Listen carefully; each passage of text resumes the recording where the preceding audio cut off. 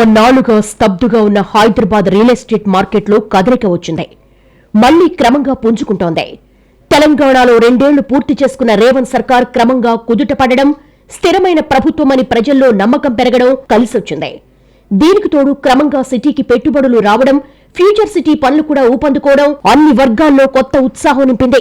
ఇవి మాత్రమే కాకుండా కొత్త ఉద్యోగాలు ప్రారంభం కావడం, నిర్మాణ రంగంలో ఒక పాజిటివ్ దృక్పథం, ఇవన్నీ కలుపుకొని హైదరాబాద్ రియల్ ఎస్టేట్ క్రమంగా కుదుటపడుతోంది. అలాగని ఇప్పటికిప్పుడు ఉవ్వెత్తున ఎగసిపడుతోందని చెప్పలేం. కానీ ఇదే విధంగా కొనసాగితే 2 ఏళ్లలో మళ్లీ పాత స్థితికొచ్చే అవకాశం ఉంటుంది. అసలు హైదరాబాద్ రియాలిటీకి కలిసొచ్చే అంశాలేంటి? సర్కారు భవిష్యత్ ప్రణాళికలు రియాలిటీ రంగానికి ఎలా జోషిస్తాయి? ఈ అంశాలపైనే ఇవాల్టి చర్నస్ డెస్క్.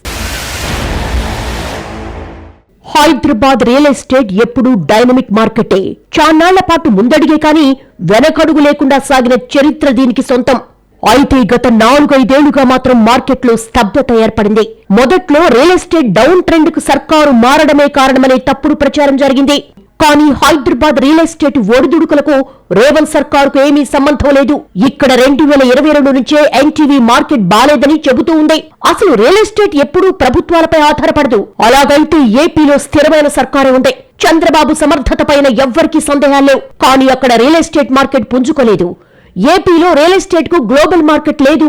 లోకల్ గా కొనుగోలు శక్తి లేదు. అందుకు భిన్నంగా హైదరాబాద్ రియల్ ఎస్టేట్ కు గ్లోబల్ మార్కెట్ ఉంది. కొనుగోలు శక్తి కూడా ఎక్కువే. అందుకే మార్కెట్ పడిపోయినా మళ్లీ ఎప్పుడు పుంజుకుంటుందా అని ఎదురు చూస్తూ ఉంటారు. ఒక్కసారి సానుకూల పరిస్థితులు రాగానే మళ్లీ కొనడానికి రెడీ అవుతారు. ప్రస్తుతం హైదరాబాద్ లో 3 ఏళ్ల తర్వాత రియాలిటీకి సానుకూల పరిస్థితులు కనిపిస్తున్నాయి. ఇప్పుడు మళ్లీ రియల్ మార్కెట్ లో కదలిక వచ్చి పూర్వ వైభవం దిశగా సాగుతోంది. ఈ పునరుద్ధానానికి వేర్వేరు కారణాలు కలిసొచ్చాయని చెప్పుకోవచ్చు. ఫ్యూచర్ సిటీకి శంకుస్థాపనతో పాటు అక్కడే Telangana rise and global summit నిర్వహించడం పెట్టుబడిదారులను విశేషంగా ఆకర్షించింది. ఇక RRR మెట్రో 2వ దశ విస్తరణ పనులు కూడా సమాంతరంగా ప్లాన్ చేశారు. దీంతో హైదరాబాద్ అభివృద్ధి విషయంలో సర్కారు కేవలం మాటలు చెప్పడం కాదు, నిర్మాణాత్మక వైఖరికి కట్టుబడిందనే సంకేతాలు జనంలోకి వెళ్లాయి. ఇక ఇటీవల జరిగిన మరో పరిణామం ఏమిటంటే జీహెచ్ఎంసీలో శివారు మున్సిపాలిటీలను కలుపుతూ బృహత్ నగరం ఏర్పాటుకు ముందడుగు పడింది. దీంతో ప్రధాన నగర విస్తరణ జరిగి శివారు ప్రాంతాల్లోని మౌలిక వసతుల పెంపుతో రియాలిటీ డిమాండ్ కు ఊతమిచ్చే పరిస్థితి ఏర్పడింది. మూసీ రివర్ ఫ్రంట్ ప్రాజెక్టుతో సరికొత్త ఆర్థిక వ్యవస్థను హైదరాబాద్ కు పరిచయం చేస్తామన్న ప్రభుత్వ ప్రకటన, అందుకోసం ఇప్పటికే విడుదల చేసిన దశలవారీ అభివృద్ధి ప్రణాళిక కూడా రియల్ ఎస్టేట్ వర్గాల్లో ఆకర్షిస్తున్నాయి. గత 2 ఏళ్లలో డేటా సెంటర్లు, గ్లోబల్ క్యాపబిలిటీ సెంటర్ల ఏర్పాటు ప్రతిపాదనలు ఇప్పుడు కార్యరూపం దాల్చే సమయం వచ్చింది. దీంతో హైదరాబాద్ కు కొత్త ఉద్యోగాలు, కొత్త కంపెనీలు వరుస కడుతున్నాయి. అందుకు తగ్గట్టుగా ఇళ్లు, ఆఫీస్ స్పేస్ కు డిమాండ్ పెరగడం ఖాయం. అందుకోసం రియల్ ఎస్టేట్ వర్గాలు కూడా ఇప్పటికే సన్నద్దమయ్యాయి. గ్లోబల్ సమ్మిట్ పుణ్యమా అని కేవలం ఐటీ, ఫార్మా రంగాలే కాకుండా మిగతా రంగాల నుంచి కూడా పెట్టుబడులు వెల్లువెత్తుతాయని తేలిపోయింది. అందుకు తగ్గట్టుగా కమర్షియల్ స్పేస్ కు డిమాండ్ పెరిగే అవకాశాలున్నాయి. ఇవన్నీ మంచి శకునాలే అని రియల్ ఎస్టేట్ వర్గాలు భావిస్తున్నాయి. ఈ అవసరాలన్నింటినీ దృష్టిలో పెట్టుకుని వివిధ ప్రాజెక్టుల రూపకల్పనలో అవి బిజీగా ఉన్నాయి. ఇప్పటికే సానుకూల సంకేతాలను అందిపుచ్చుకొని చకచకా నిర్మాణాలు చేపడుతున్నాయి. హైదరాబాద్ ను కోర్ అర్బన్ రీజియన్ పరిధిలో పెడుతూ సర్కారు ఆవిష్కరించిన విజన్ డాక్యుమెంట్ అన్ని వర్గాలను బాగా ఆకర్షించింది. కోర్ అర్బన్ రీజియన్ కు ఆనుకుని peri urban region economy, rural region economy కూడా ప్రణాళికలు రచించారు. దీంతో ఇన్నాళ్లు హైదరాబాద్ కే పరిమితమైన రియల్ ఎస్టేట్ వృద్ధి ఇప్పుడు తెలంగాణ వ్యాప్తంగా విస్తరించే అవకాశం వచ్చిందని భావిస్తున్నారు. దీనికి తోడు సమ్మిట్ లో ప్రపంచ దిగ్గజాల నోట హైదరాబాద్ పై ప్రశంసలు వినిపించడం మరోసారి సిటీపై ప్రపంచం దృష్టి పడేలా చేస్తోందన్న విశ్వాసం రియాలిటీ వర్గాల్లో పెరిగింది. రియల్ ఎస్టేట్ రంగానికి మెరుగైన మౌలిక వస్తువులే జవసత్వాలు. రహదారులు, మురుగునీటి వ్యవస్థ, విద్యుత్, నీటి సరఫరా వంటి మౌలిక వసతులతో పాటు పాఠశాలలు, ఆస్పత్రులు, వినోద కేంద్రాలు వంటి సామాజిక వసతులు ఉన్న చోట స్థిరాస్తి రంగం శరవేగంగా అభివృద్ధి చెందుతుంది. హైటెక్ సిటీ, మాదాపూర్, కూకట్పల్లి, కోకాపేట, నార్సింగ్ వంటి ప్రాంతాలే ఇందుకు ఉదాహరణ. ఆయా ప్రాంతాల్లో ప్రభుత్వాలు మెరుగైన మౌలిక వసతులు కల్పించడంతో నిర్మాణ సంస్థలు పోటీపడి మరీ నివాస, వాణిజ్య సముదాయాలను నిర్మించాయి. దీంతో ఎకరం 100 కోట్లు పలికి రికార్డు స్థాయికి ఆయా ఏరియాలు అభివృద్ధి చెందాయి. ఇటీవలే కోకాపేటలో ఎకరం 175 కోట్లు పలకడం కూడా రియల్ ఎస్టేట్ లో జోష్ పెంచింది. సాధారణంగా రియల్ ఎస్టేట్ రంగంలో 1 చదరపు అడుగు కార్యాలయ స్థలం లావాదేవీ జరిగితే 10 చదరపు అడుగుల నివాస స్థలానికి డిమాండ్ ఏర్పడుతుందని అంటారు. ఆఫీస్ స్పేస్ అభివృద్ధితో నివాస వాణిజ్య సముదాయాల అవసరం కూడా ఏర్పడుతుంది. దీనికి తోడు ప్రధాన నగరంపై ఒత్తిడి తగ్గించడంతో పాటు కొత్త ప్రాంతాల్లో అభివృద్ధి విస్తరణకు ప్రభుత్వం ఔటర్ రింగ్ రోడ్ నుంచి 30 నుంచి 50 కిలోమీటర్ల దూరంలో రీజనల్ రింగ్ రోడ్ కు ప్రణాళికలేస్తుంది. RRR తో రాష్ట్రం మొత్తం కనెక్టివిటీ మెరుగవుతుంది. ఇంటర్చేంజ్లు, గ్రోత్ కారిడార్ల అభివృద్ధితో కొత్త ప్రాంతాల్లో రియల్ ఎస్టేట్ అవకాశాలు ఏర్పడతాయి. పారిశ్రామిక గిడ్డంగులతో వాణిజ్య కార్యకలాపాలు పెరగడం కూడా రియల్ ఎస్టేట్ కు కలిసొచ్చే అంశమే. హైదరాబాద్ లో గడిచిన 4 ఏళ్ల నుంచి 1.5 లక్షల యూనిట్లు అమ్మకాలు లేక ఖాళీగా పడి ఉన్నాయి. నిర్మాణాలు బాగా స్లో అయ్యాయి. ఉన్న అపార్ట్మెంట్లు సేల్ అవ్వక కొత్తవి నిలిచిపోయాయి.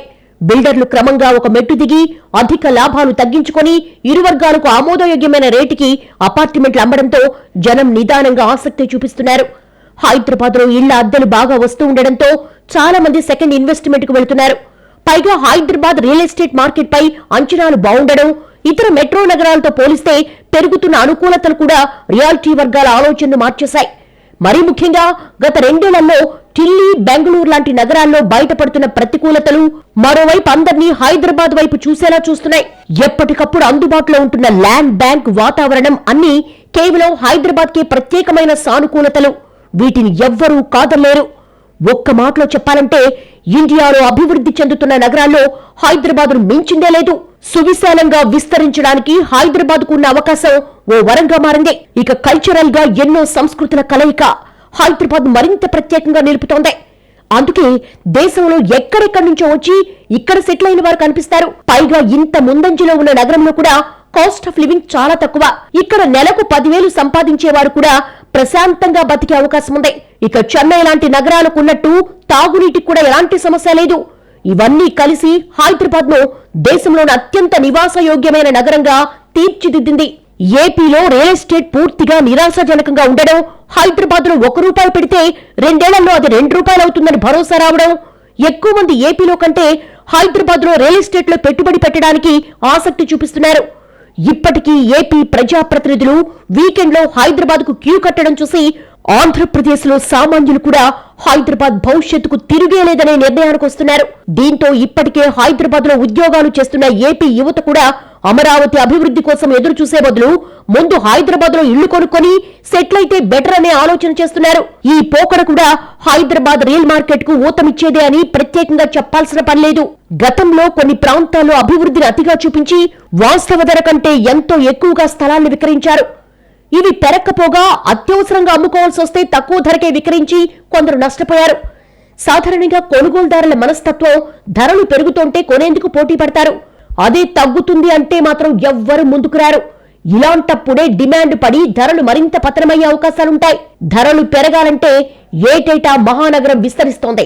విద్య, వైద్యం, ఉద్యోగం, ఉపాధి, వ్యాపారం రకరకాల కారణాలతో నగరంలో వలసలు పెరుగుతున్నాయి. శరవేగంగా పట్టణీకరణ జరుగుతూ ఉండడంతో ప్రధాన నగరంలో జనసాంద్రత పెరుగుతోంది.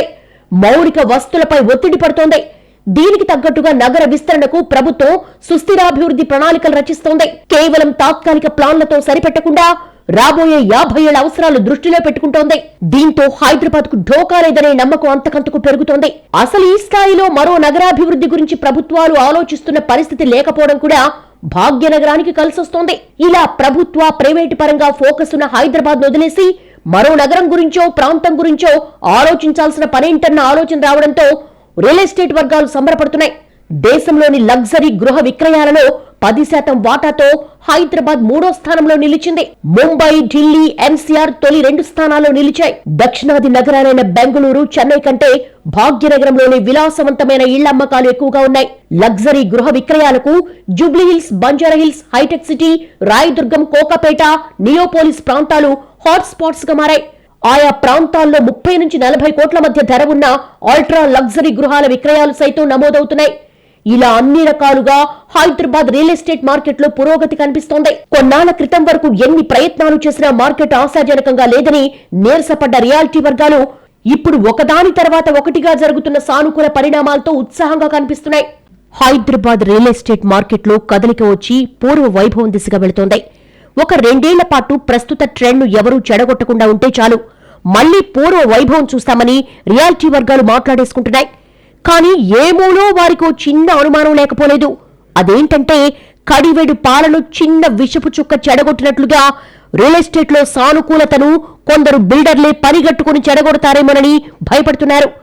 ఎందుకంటే ఏ బిజినెస్ కైనా డిమాండ్ సప్లై సూత్రం వర్తిస్తుంది. డిమాండ్ ఎక్కువగా ఉంటే రేటు పెరుగుతుంది, సప్లై ఎక్కువైతే రేటు తగ్గుతుంది. ఇది అందరికీ తెలిసిన simple business trick. Hyderabad real estate market కూడా ఇదే సూత్రం అన్వయించొచ్చు. మొన్నటి వరకు హైదరాబాద్ లో డిమాండ్ కు అనుగుణంగా ఇళ్ల నిర్మాణం జరిగింది.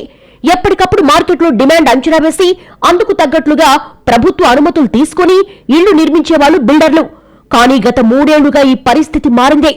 ఇన్నాళ్లుగా హైదరాబాద్ రియల్ మార్కెట్ స్థిరంగా ఉంది కదా అని డిమాండ్ను ఎవరికి వారే ఊహించుకుని విచ్చలవిడిగా ఇళ్ల నిర్మాణం చేపట్టారు. హైదరాబాద్ శివార్లు దాటేసి ఔటర్ రింగ్ రోడ్ అవతల వరకు వెళ్లిపోయారు. నిర్మాణ వ్యయం కూడా భారీగా పెంచేశారు. జూబ్లీహిల్స్, మాదాపూర్ లాంటి ప్రైమ్ ఏరియాలతో సమానంగా ఔటర్ రింగ్ రోడ్ అవతల కూడా కొందరు ధరలు చెప్పారు. అదేమిటంటే ప్రపంచ స్థాయి నిర్మాణ ప్రమాణాలను ఊదరగొట్టేశారు. ఈ అతి పోకడలే రివర్స్ అయి స్తబ్దతకు దారితీస్తుంది. ఇప్పుడు సానుకూలత వచ్చింది కాబట్టి పాత తప్పులు పునరావృతం చేయకుండా సమిష్టి వ్యాపార అవకాశాలను అందిపుచ్చుకోవాలని అనుకుంటున్నారు. ఆరోగ్యకరమైన పోటీ మంచిదే, కానీ అనారోగ్యకర పోటీలకు పోయి ఎవ్వరికీ లాభం లేకుండా చేసే తీరు మంచిది కాదన్న సూచనలు వస్తున్నాయి. రియల్ ఎస్టేట్ రంగం అభివృద్ధి చెందాలంటే ఈ విషయాన్ని ఎవ్వరూ కాదనరు. కట్టేవాళ్లు ఉండాలి, కొనేవాళ్లు ఉండాలి. ఇద్దరి మధ్య అందుబాటులో ఉండడం అనే అంశం ఒకటి నిరంతరం కొనసాగాలి. అప్పుడే అటు స్థిరాస్తి సంస్థలు కళకళ్లాడేస్తాయి, ఇటు జనం ఆశలు కూడా నెరవేరుతాయి. జనానికి అందకుండా భూమిని ఆకాశంలోకి లేపితే ప్రయోజనం ఏంటి? నగరం కేవలం ధనవంతుల కోసమే కాదు, అన్ని రకాల ఆదాయ వర్గాల వాళ్ళు ఉంటారు. అందరికీ ఒక సొంతిల్లు ఉండాలి. ఆ కళ అందరిదీ అయిపోకూడదు. ప్రజల జీవన ప్రమాణాలకు అనుగుణంగా పెరగాల్సిన రేట్లను ఇష్టారాజ్యంగా పెంచితే అసలుకే మోసం వస్తుందన్న సంగతి ఇప్పటికే బిల్డర్లందరికీ అనుభవంలోకి వచ్చింది. ఏ మార్కెట్ అయినా మధ్యతరగతికి అందుబాటులో ఉంటేనే జోరు చూపిస్తుంది. కానీ కొన్నాళ్లుగా రియల్ ఎస్టేట్ మార్కెట్ మధ్యతరగతికి దూరమైందన్న వాదన కూడా ఉంది. ఇప్పుడు సానుకూల సమయంలో మధ్యతరగతిని మరింతగా ఆకర్షించేలా బిల్డర్లు కొత్త ప్రతిపాదనలతో ముందుకు రావడం సముచితంగా ఉంటుంది. ధరల విషయంలో రాజీ ధోరణి ప్రదర్శిస్తూ వ్యాపార చక్రం సజావుగా తిరిగేలా చూసుకోవడం ఏ రంగానికైనా కీలకం. రేట్లు ఒక్కసారి తగ్గించాల్సి ఉంటుంది, ఒక్కసారి పెంచాల్సి ఉంటుంది. కానీ ఏ సందర్భంలో అయినా సగటు వ్యాపార పరిమాణంలో తేడా రాకుండా చూసుకోవడమే తెలివైన వ్యాపారుల లక్షణం. వ్యాపారం కంటే రేట్లే ముఖ్యమనే ఆలోచన ఎప్పుడైతే మొగ్గ తొడిగిందో అప్పుడే రియల్ ఎస్టేట్ తడబడింది. సొంతిల్లు కోసం చూసేవారి కంటే పెట్టుబడులు పెట్టేవారే రియల్ మార్కెట్ కు మహారాజు పోషకులనే విషయాన్ని ఎప్పుడూ మర్చిపోకూడదు. అత్యాశకు పోయి వినియోగదారులను బెదరగొట్టకుండా జాగ్రత్తగా బిజినెస్ చేయాలి. హైదరాబాద్ లో రియల్ ఎస్టేట్ వెలిగిపోయిన దశలో అప్పటి బిల్డర్లు అనుసరించిన వ్యాపార సూత్రాలను, రచించిన ప్రణాళికల్ని ఓసారి గుర్తు తెచ్చుకోవాలి. సహజంగా అభివృద్ధి చెందుతున్న మార్కెట్ ను చేజేతులారా చెడగొట్టకుండా ఉంటే అదే 10,000 సంగతి ఎప్పుడూ మర్చిపోకూడదు. అనుకోని కారణాలతో నష్టం వస్తే ఎవ్వరూ ఏమీ చేయలేరు. కానీ స్వీయ తప్పిదాలతో తమ గొయ్యి తామే తవ్వేసుకుంటే వారిని ఎవ్వరూ బాగు చేయలేరని ఇప్పటికైనా గుణపాఠం నేర్చుకోవాలి. బిల్డర్లు అత్యాశకు పోయి కస్టమర్లను భయపెట్టకుండా, రూపాయికి 10 రూపాయల లాభం ఆశించకుండా పద్ధతిగా అమ్మకాలు చేస్తే త్వరలోనే రియల్ ఎస్టేట్ మార్కెట్ కుదుట పడుతుంది. అలా కాదని అత్యుత్సాహం ప్రదర్శిస్తే రియల్ మార్కెట్ మళ్లీ కుదేలయ్యే ప్రమాదం ఉంది. మొన్నటి వరకు రియల్ స్తబ్దత కారణంగా చిన్న పెద్ద బిల్డర్లందరికీ ఇబ్బందులు తప్పలేదు. సీత కష్టాలు సీతవి, పీత కష్టాలు పీతవంటారు. అందరికీ కష్టాలు మాత్రం కామన్. మరి ఈ కష్టకాలమైన బిల్డర్లలో ఐకమత్యం తెచ్చిందా లేదా అన్న విషయం ఇప్పుడు తేలిపోతుంది. మొన్నటిదాకా రియల్ స్తబ్దతకు రకరకాల కారణాలు చెప్పారు, ఇతరులపై నెపం నెట్టేసే ప్రయత్నం చేశారు. అంతేకాని స్వీయ లోపంబులెరుగుట కూసువిద్య అన్న సంగతి మర్చిపోయారు. ఇప్పుడు బిల్డర్లు చెప్పిన చాలా సాకుల ఉనికే లేదు. ముఖ్యంగా ప్రభుత్వం గురించి బిల్డర్లు చేసిన తప్పుడు ప్రచారం ఎదురు తన్నింది. ఎప్పుడైనా రియల్ ఎస్టేట్ కు ప్రభుత్వాలతో సంబంధం ఉండదని సీనియర్ బిల్డర్లు మొదటి నుంచి చెబుతూనే ఉన్నారు. ఏ ప్రభుత్వము పనిగట్టుకుని రియల్ ఎస్టేట్ రంగాన్ని పెంచాలనో తగ్గించాలనో ప్రయత్నించదని గుర్తు చేస్తున్నారు. కేవలం ప్రభుత్వ విధానాలను అందిపుచ్చుకోవడంలోనే రియాలిటీ వృద్ధి ఉంటుందనే వాస్తవం గమనించాలని హితవు చెప్తున్నారు. మరో సంగతి ఏంటంటే రియల్ మార్కెట్ కు సానుకూలత ఏర్పడడంలో బిల్డర్ల పాత్ర చాలా తక్కువే. కనీసం ఈ సానుకూలతను మరింత ముందుకు తీసుకువెళ్లడంలో అయినా తమ వంతు బాధ్యతలు సక్రమంగా నిర్వర్తిస్తారా లేదా అనేది చూడాల్సిందే. ఇది ఈ వారం చైర్మన్స్ డెస్క్. మరో అంశంతో మళ్ళీ కలుద్దాం. నమస్తే.